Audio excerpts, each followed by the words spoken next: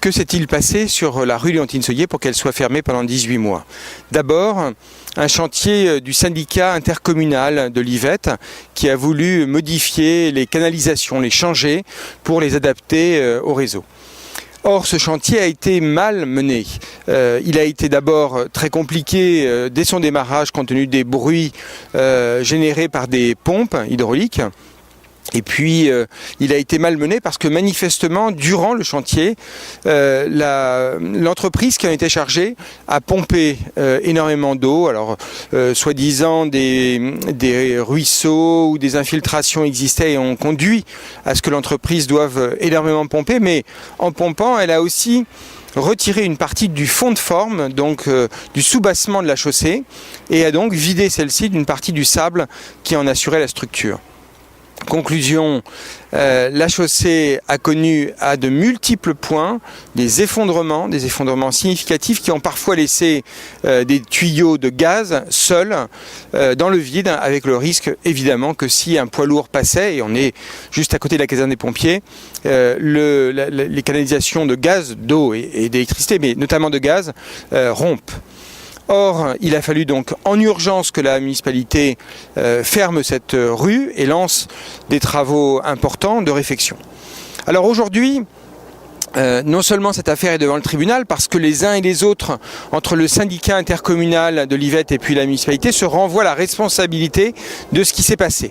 Ce dont on est sûr, c'est que l'ensemble des effondrements ont été constatés après la fin des travaux du syndicat de l'Yvette, travaux surveillés par la municipalité, travaux aussi initiés par la municipalité, puisque je rappelle que 2 membres de la municipalité, M. Lepelletier et Mme Gelorato, sont les représentants de la ville au sein du syndicat de l'Yvette, et que l'un d'entre eux est vice-président du syndicat de l'Yvette, chargé des travaux. Donc ce chantier a été mené et mal mené dans la mesure où la surveillance du chantier n'a pas été engagée par la municipalité. D'ailleurs, ça a conduit à toute une série d'infiltrations d'eau dans le sol et puis au désordre, aux effondrements qu'on a connus. Alors partant de là, la question s'est posée de savoir comment ce chantier allait être financé, comment il allait être payé et qui allait payer ce chantier.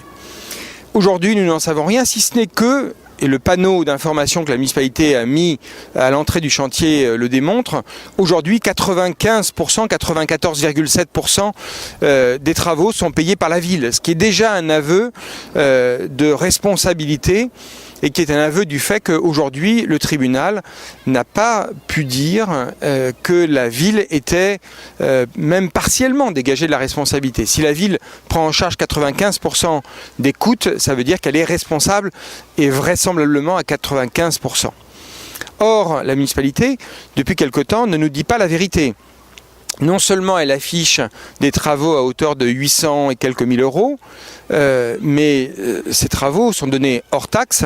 Quand on calcule ce que sera le coût réel, c'est de l'ordre d'1 million. Mais là, il s'agit uniquement de parler de la voirie. Il faut compter aussi le sous-sol, l'assainissement, comme on dit, les réseaux. Il faut rajouter à cette facture à peu près 500 000 euros.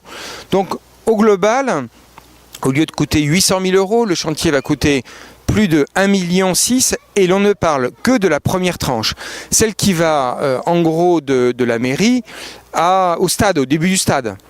Après, il y a tout le reste qui va également coûter puisque des réseaux vont devoir être repris et retravaillés.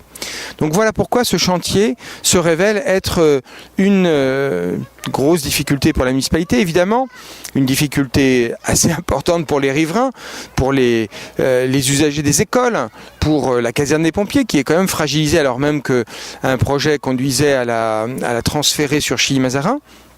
Mais c'est également un problème pour le contribuable qui va devoir payer l'essentiel d'une erreur, parce qu'il s'agit bien de ça, d'une erreur commise par la municipalité de ne pas avoir entretenu la voirie, de ne pas avoir surveillé le chantier du syndicat de l'Yvette au moment où il se déroulait.